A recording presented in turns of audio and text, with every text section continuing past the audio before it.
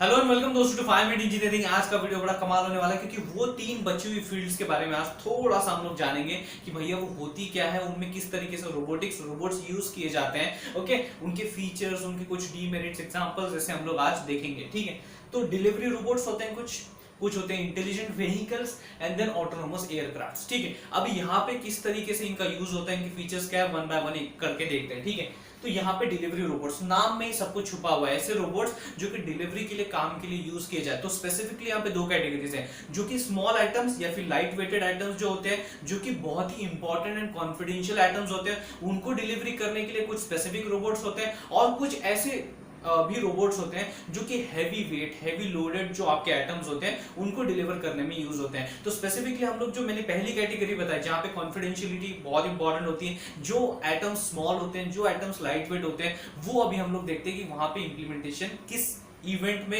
या फिर किस फील्ड में उसका यूज किया जा सकता है। उसका यूज स्पेसिफिकली किया जाता है हॉस्पिटल्स में। यहाँ पे जैसे कि है डिलीवरिंग मेडिसिन एंड फाइल्स। तो किसी पेशेंट की रिलेटेड जो फाइल होगी कि उसको कोई डिजीज हुई है, तो ऑब्वियसली कॉन्फिडेंशियल रहना चाहिए नहीं, तो ऐसी इंफॉर्मेशन को डिलीवर करना वो रोबोट कर सकता है बढ़िया तरीके से। आपको अगर मेडिसिन अगर डिलीवर करनी है, मतलब किसी शॉप से लेके आके आपको अगर मेडिसिन डिलीवर करनी है, तो वो रोबोट कर सकता है। यही काम पहले स्टाफ करता था, मतलब जो आपका हॉस्पिटल का स्टाफ है वो ये ऑपरेशन करता था। लेकिन वहां पे ऑब्वियसली स्टाफ भी इंसान है। इंसान क्या करता है, इंसान गलतियों की मूर्त है, तो वो गलतियां करता है। लेकिन हॉस्पिटल जैसे जगह पे अगर आप गलतियां करोगे तो भाई किसी की जान भी जा सकती है। अगर आपने थोड़ा सा भी लेट कर दिया तो भाई जान जा सकती है। थोड़ी सी भी गलती कर दी तो पेशेंट की जान जा सकती है। तो इस वजह से आप उस चीज को टालने के लिए, to avoid that dangerous thing, जो गलतियां इंसान कर सकते हैं, हम लोग उनकी जगह पे रोबोट्स को यूज कर सकते हैं, जो कि टाइमली मैनर में आपको सारी की सारी चीजें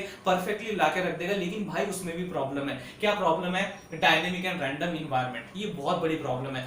आपने अगर ढंग से हॉस्पिटल को ऑब्जर्व किया होगा, क्लिनिक्स को ऑब्जर्व किया होगा, रैंडमली लोग इधर से उधर घूमते रहते हैं। कोई भी स्टाफ आ जाता है, कोई भी कभी भी कहीं से पेशेंट आ जाता है, कोई भी कहीं से भी ट्रॉली लेके जा रहा है, मेडिसिन लेके जा रहा है। तो ये पूरी तरीके से डायनामिक या फिर आप कह सकते हो रैंडमाइज्ड एनवायरनमेंट है। इस सब रैंडमाइज्ड नेचर को जज करना, उसके अकॉर्डिंग चलना, कहीं किसी से टकराना नहीं, स्पेसिफिकली डेस्टिनेशन तक पहुंचना, ये अपने आप में बहुत बड़ा चैलेंज है, जो कि हम लोगों को यहाँ पे देखने को या फिर सीखने को मिलता है। लेकिन कई लोग होते हैं जो बहुत जिद्दी होते हैं, चैलेंजेस को एक्सेप्ट करते हैं और कुछ बना के दिखाते हैं। और ऐसे ही कुछ साइंटिस्ट ने बना के दिखाया हेल्पमेट रोबोट। अब ये जो हेल्पमेट रोबोट है, ये भी इसी तरीके से हॉस्पिटल्स में काम करता है, डिलीवरी रोबोट की तरह काम करता है। एंड बेसिकली ये किसके ऊपर ऑपरेट करता है, किसके ऊपर डिपेंड करता है? For it depends upon Sonar and video sensors for its movement. जैसे कि मैंने बताया, मूवमेंट बहुत इंपॉर्टेंट है, क्योंकि कभी भी सामने कोई भी ऑब्स्टेकल आ सकता है, आपको उसको अवॉइड करना है। You have to rotate your movement and just walk again ahead. तो इसके लिए वो सोनार एंड वीडियो सेंसर्स को यूज करता है आपका हेल्पमेट रोबोट। ओके, एक और चीज जो मैंने बताई थी सेकंड कैटेगरी की, जहां पे हेवी चीजें यूज करना, बड़े आइटम्स को यूज करना, तो वहां पे हम लोगों ने ये भी इंप्लीमेंट किया है, that is automated guided vehicle, AGV, जो कि आपके कार्गो होते हैं, बहुत बड़े बड़े आइटम्स होते हैं आपके, ओके, उनको हैंडल करता है। मतलब बहुत भारी, जो भारी चीजें होती है उसको डिलीवर करना एक जगह से दूसरी जगह पे, तो हम लोग कार्गो भी हैंडल करते हैं। एक तरीके से अगर कहा जाए तो लाइट वेट चीजों को भी हैंडल किया जाता है, कॉन्फिडेंशियल एंड हैवी वेट चीजों को भी हम लोग डिलीवर कर सकते हैं from one position to another position, and for that we can use robot. बड़ा इजी था। अब देखते हैं इंटेलिजेंट व्हीकल्स। यार इसके बारे में तो सबको पता ही होगा यार, बहुत सिंपल है। क्या है इसमें? Smart intelligent cars, driverless cars, driving assistant. अभी बेसिक से शुरू करते हैं। ड्राइविंग असिस्टेंट मतलब क्या कि चलाएगा गाड़ी तो इंसान ही, लेकिन वो जो गाड़ी होगी, वो जो व्हीकल होगा, जिसे हम कहते हैं व्हीकल, वो उस ड्राइवर को कुछ फैसिलिटीज प्रोवाइड करेगा, कुछ असिस्टेंट प्रोवाइड करेगा, कहीं पे जीपीएस प्रोवाइड कर देगा, कहीं पे ऑटोमेटिक ब्रेक प्रोवाइड कर देगा, अगर गाड़ी टकरा गई तो बलून आ जाएगा। तो एक तरीके से असिस्टेंट प्रोवाइड कर रहा है, उसके लाइफ को सिक्योर कर रहा है। अगर बाई चांस गाड़ी की स्पीड जो है अगर थ्रेशोल्ड के ऊपर चली जाती है, तो कुछ सेंसर्स, कुछ लाइट ब्लो अप होने लग जाएगा, सायरन बजने लग जाएगा। तो ऐसी जो असिस्टेंट्स हैं हम लोग ड्राइविंग को दे सकते हैं, ओके, ड्राइवर को दे सकते हैं। और एक उसके ऊपर की लेवल ये आती है कि भाई ड्राइवर को साइड में हटाओ, ड्राइवर अपने को चाहिए नहीं, अपने को चाहिए ड्राइवरलेस कार। मतलब पूरा टंटा ही खत्म हो गया, ड्राइविंग लाइसेंस की जरूरत ही नहीं है, सिर्फ ड्राइवरलेस कार ले लो और पीछे बैठ जाओ और वो चलाता रहेगा। उसको सिर्फ डेस्टिनेशन बताओ, वो आपको प्रॉपर वहां तक पहुंचा देगा कम से कम टाइम में।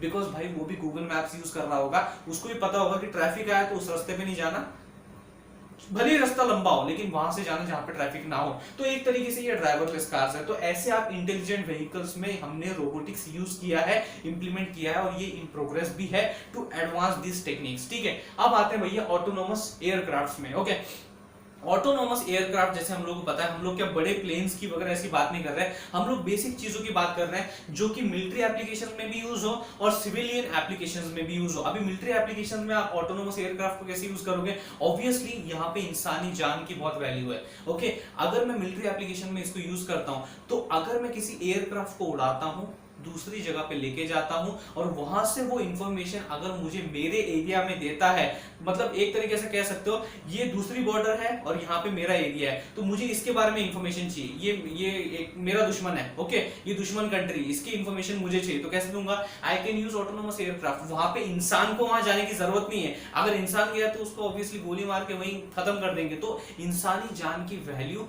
प्रोटेक्शन ऑफ ह्यूमन लाइफ के लिए हम लोग इसे यूज कर सकते हैं मिलिट्री एप्लीकेशंस में। ठीक है, जो फ्यूचर प्लान्स इनकी तरफ से आने वाले, अपोजिट एंड की तरफ से आने वाले हैं, वो हम लोग को पता चल सकते हैं by using the autonomous aircraft. ठीक है, और सिविलियन एप्लीकेशंस भी कई सारे हैं जहां पे बेसिकली जहां पे आपको किसी एक चीज का एनालिसिस या असेसमेंट करना हो, वहां पे आप इस ऑटोनोमस एयरक्राफ्ट को यूज कर सकते हो इन प्रैक्टिस। ओके, सो ये थे दोस्तों ये तीन फील्ड जो बच गए थे।